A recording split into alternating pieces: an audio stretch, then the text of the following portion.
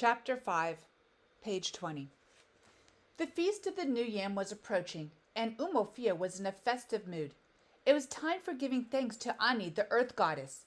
The Feast of the New Yam was held every year before the harvest. New yams could not be eaten until some had first been offered to the earth goddess and the ancestral spirits of the clan. Everyone looked forward to the New Yam festival because it began the season of plenty. On the last night before the festival, old yams were disposed of. The new year must begin with tasty, fresh yams. All cooking pots and bowls were washed, especially the wooden mortar or bowl in which yam was pounded.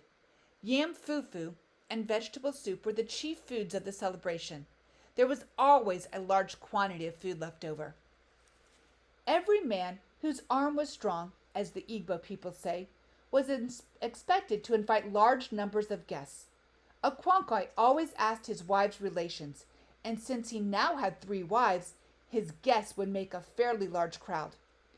Akwanko was never as enthusiastic over feasts as most people. He was uncomfortable sitting around. He was much happier working on his farm. The festival was now 3 days away. Akwanko's wives had scrubbed the walls and the huts with red earth until they reflected light. They had drawn patterns on them in white, yellow, and dark green. Then they painted themselves with camwood and drew beautiful black patterns on their stomachs and their backs. The children were also decorated with especially their hair, which was shaved in patterns. Then the storm burst.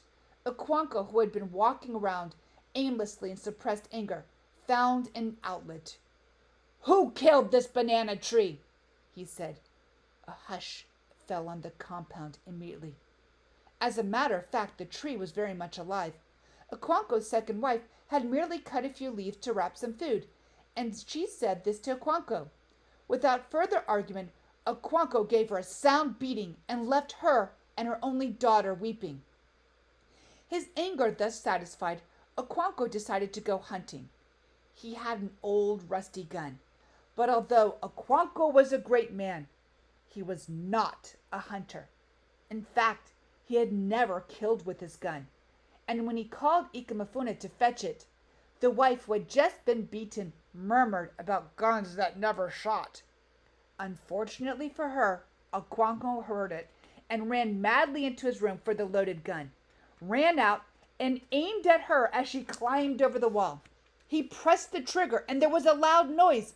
He threw down the gun and jumped over the wall. There lay the woman, shaken and frightened, but unhurt. He heaved a heavy sigh and went away with his gun.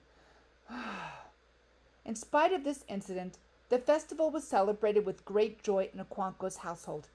Akwanko offered a sacrifice of new yam and palm oil to his ancestors and asked them to protect him, his children, and their mothers in the new year. As the day wore on, his in-laws arrived, each with a huge pot of palm wine. There was eating and drinking until all the guests left for their homes. The second day of the new year was the day of the great wrestling match between Akwanko's village and their neighbors.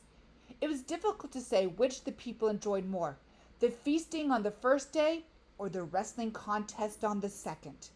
One woman had no doubt. She was Akwanko's second wife, Akwefi, whom he nearly shot.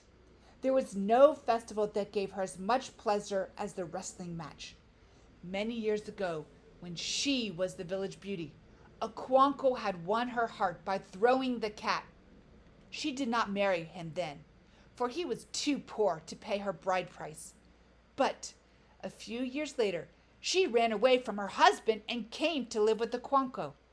Now, Akwefi was a woman of 45 who had suffered a great deal. However, her love of wrestling was as strong as it had been 30 years ago. The distant beating of drums began to reach them. It came from the direction of the village playground where all the great ceremonies and dances took place. The drums beat the unmistakable wrestling dance. Quick and light, the sound came floating on the wind. Akwanko cleared his throat and moved his feet to the beat of the drums. It filled him with fire, as it had always done. He trembled with the desire to conquer. We shall be late for the wrestling, said Azima to her mother. The drums begin at noon, but the wrestling waits until the sun begins to sink. See if your father has brought out yams for the afternoon. He has. Yoe's mother is already cooking. Go and bring our own then. We must cook quickly, or we shall be late for the wrestling. Azima peeled the yams quickly. She cut them into small pieces and began to prepare a stew, also using some chicken. At that moment, they heard someone weeping. It sounded like Abiageli, Yoe's sister. Is that not Obiageli weeping? Ekwefi called across the yard. Yes, said Yoe's mother. She must have broken her water pot. The children filed in, carrying on their heads pots of variable sizes suitable to their years. Obiageli brought up the rear, her face streaming with tears. Oh, what happened? Her mother asked. And Obiageli told the mournful story, and her mother promised to buy her another pot. Yoe's younger brothers were about to tell their mother the true story when Ikamafuna looked at them sternly. The fact was that Obiageli had been showing off, but the balancing the pot on her head with her arms folded in front of her, and when the pot fell and broke, she burst out laughing. She only began to weep when they neared the compound, and the drums were still beating. Their sound was no longer separate from the village. It was like the pulsation of its heart. It throbbed in the air, in the sunshine, and even in the trees, filled the village with excitement. Ekwefi ladled her husband's share of the stew into a bowl. Ekwefi took it to him in his hut. Ikwanko was sitting on a goatskin, already eating his first wife's meal. Obiageli, who had brought it from her mother's hut, sat on the floor waiting for him to finish. Azima placed her mother's dish before him and sat with Obiageli. Father, will you go to see the wrestling? Azima asked. Yes, he answered. Will you go? Yes.